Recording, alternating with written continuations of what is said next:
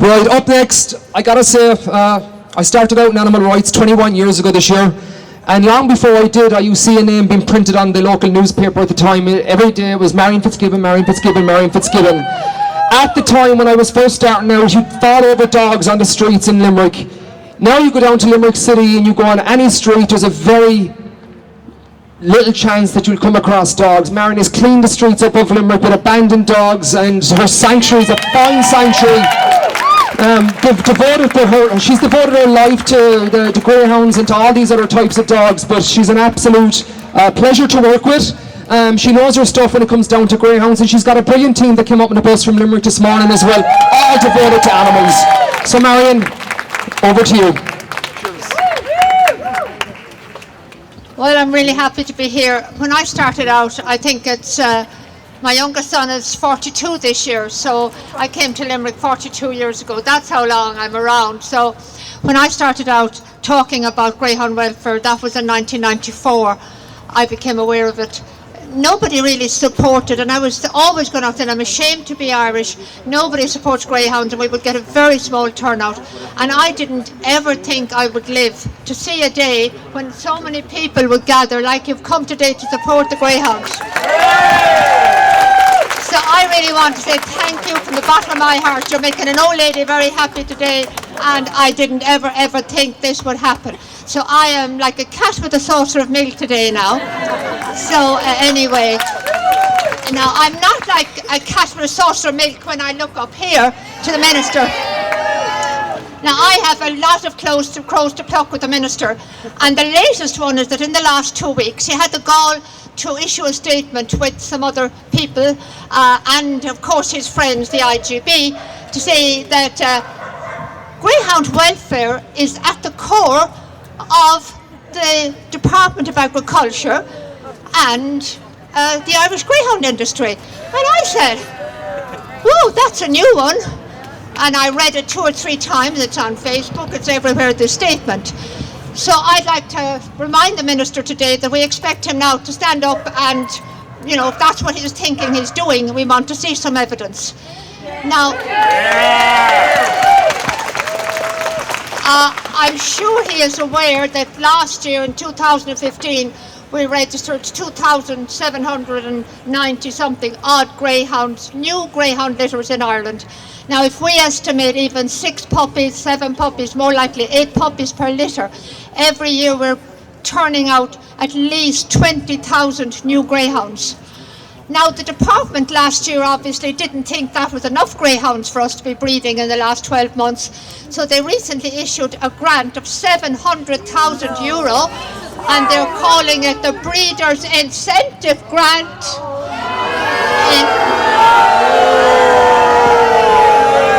In case we don't have enough greyhounds this next 12 months.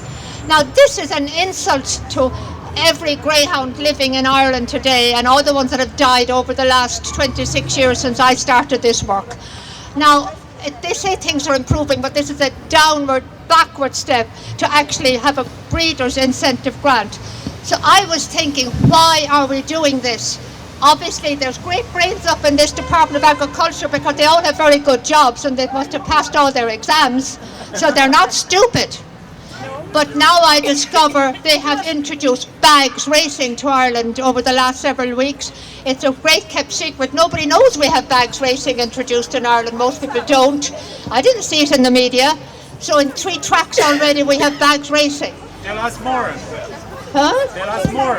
Yeah, and so they want all these grade dogs, grade 3, grade 4, grade 5, grade 6. And the bookies are going renting out Limerick track in the next 8 weeks. We will have bags racing in the new Limerick track on Sunday morning. On Sunday night last we had bags racing in Youghal. There's bags racing in Tralee and I think Mullingar. This is all going on where these bookies now will bring in the low grade dogs. It's a market for their dogs.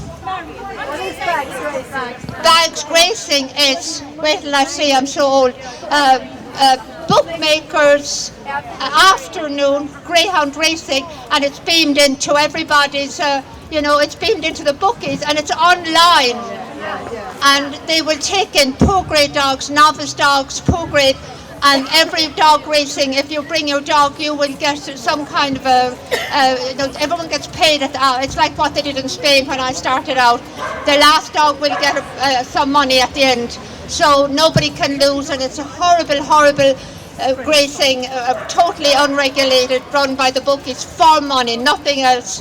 And these poor novice dogs, poor dogs, they will all now race and race and race until they get worn out. Can I say a few words, if you don't mind? Hello, my name is Pauline McLynn. Thank you all for coming here today. Sorry, sweetheart. I want to echo what's just been said there. Now, the other and broader picture is this. We have come here today, and I truly believe that we can end the export of the Irish greys to Macau. I really do. They say that it is, the Canidrome is on its last legs, if you don't mind my saying so, already. Now, I looked up the figures as well. It only earns 0.5% of that little Chinese betting place. It's like, and this sounds great to us, but it's huge. It's a tiny substance to them. It's only about $12 million US. So it really doesn't even make sense that they keep it open. Now, the cruelty is off the scale, and we know that.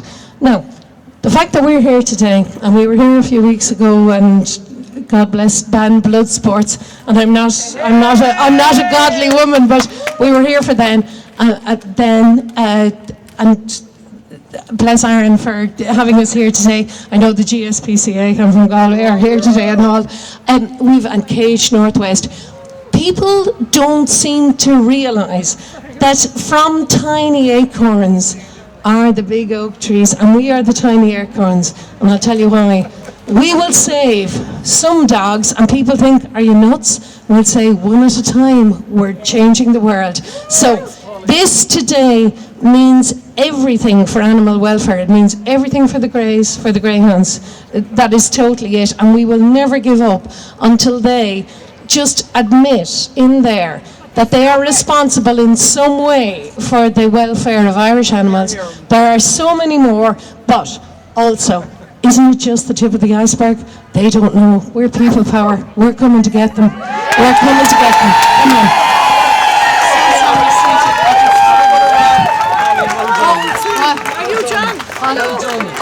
No problem. No, I just want to say one more thing about the department, if they're still listening. The main thing they're doing is every Christmas they're giving about 15 million euro to the greyhound industry. Under the Horse and Greyhound Fund, they're getting 14.8 million last year. They continue to give these huge grants to the greyhound industry right through the recession, when children were left without money, when the elderly were neglected, everybody was neglected. They continue to get between 11 and 15 million every year. Now, if they decided to do away, we must lobby with those huge grants. The industry is bankrupt already, but they get bailed out every Christmas.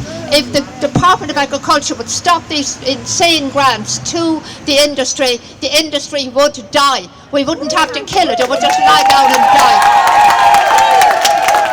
The other thing is the industry is allowed to regulate itself by this department. I report greyhounds' terrible situation. I can't report it under the ordinary Greyhound Welfare Act. They have been allowed, the greyhound industry, to write their own Greyhound Welfare Act. So when everybody else got the new Preventive Animal Cruelties Act, the greyhounds got their own act. So you can only report it. They're stewards and they police themselves. Now that is a total waste of time. So self-regulation, no accountability, money for nothing, and total, all coming from that building.